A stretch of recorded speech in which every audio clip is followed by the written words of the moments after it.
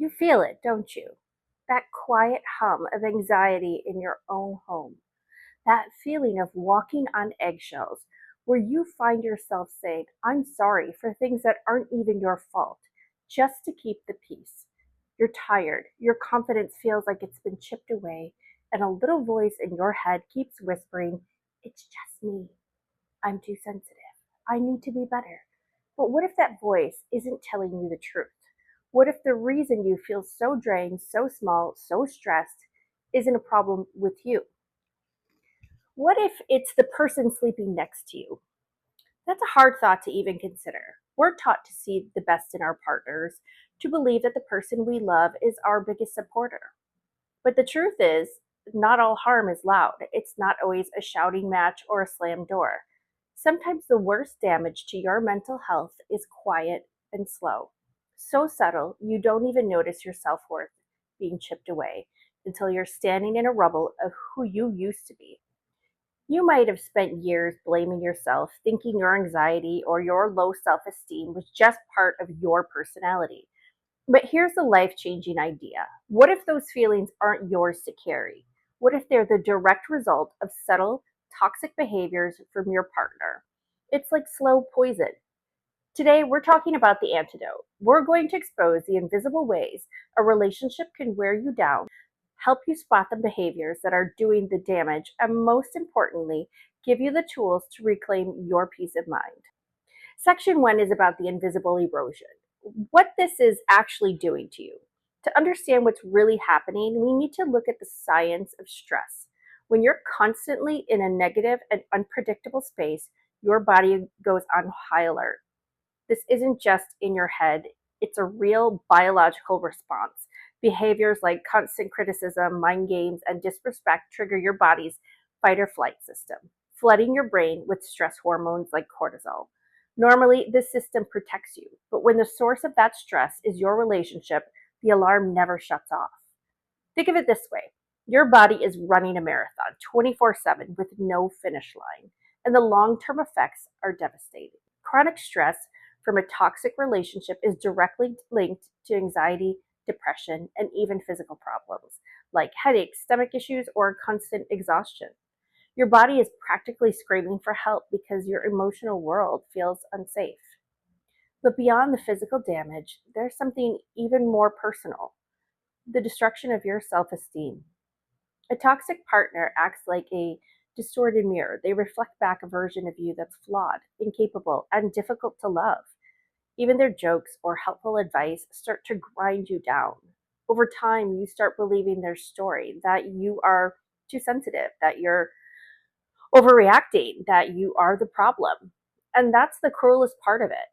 It convinces you that the pain is your fault. This self doubt becomes a prison, locking you away from your own truth until you stop trusting your gut, your feelings, and even your reality. That's exactly where a manipulative person wants you, powerless. Section two is decoding the toxicity, the subtle patterns to look for. If the damage is so quiet, how do you spot it? Recognizing these patterns is the first step to protecting yourself. They're often easy to explain away, but when you see them together, the truth becomes crystal clear. Number one is constant criticism. It rarely sounds like you're awful. It's sneakier. It's the backhanded compliment. Wow, I'm shocked you got that promotion. I didn't think you had it in you. Or the helpful advice that really means you're incompetent. Here, just let me do it. It'll be faster. Or the joke that's really an insult. And if you get upset, they say, can't you take a joke? This slow drip of negativity makes you feel like you can't do anything right. Next, emotional manipulation, especially gaslighting. This is when they make you question your own memory or sanity. They'll say, that never happened, or you're remembering it wrong. If you tell them they hurt you, they might say, you're just being dramatic. You start doubting your own reality, and their victory is your silence. Then there's controlling behavior. It often starts as a concern. Who are you texting? Where are you going? I just want to make sure you're safe. But slowly it becomes guilt, isolation, and control. They may limit who you see, what you wear, or how you spend your money, all under this disguise of, I just want what's best for you. This isn't love, it's power. Another red flag is the lack of empathy. In a healthy relationship, your partner is your safe space. In a toxic one, they're the storm.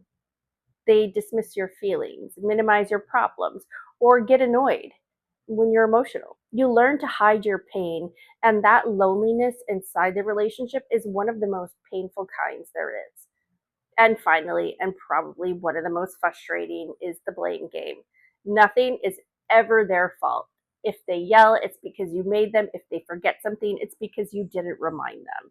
Even their apologies are twisted. I'm sorry you feel that way. Translation: you're the problem, not me. Recognizing these patterns is like turning on the lights in the dark room. It hurts at first, but it's the only way to find your way out. Section 3 is the shield of sanity: why boundaries are your secret weapon. When you see the toxic pattern, your first instinct might be to fix your partner. But here's the truth: you can't control another person's action. You can only control your own. This is where boundaries come in. Boundaries aren't punishments, they're protection. They're acts of self respect. They're your psychological immune system. The line that says, "This is me. This is what I need. This is what I will and will not accept." A toxic person depends on you not having boundaries. They count on your silence and people pleasing. But when you set a boundary, you're taking your power back. It's the first step in rebuilding your self esteem. Boundaries create a shield. They give your nervous system space to breathe again. They remind you that peace is your right, not a privilege. Before we get into how to set boundaries, take a second. If this is hitting home for you, please know you are not alone. If this video is helping you, subscribe and turn on notifications. We're building a community that believes healing and healthy love are possible, and your support helps this message reach others who need it.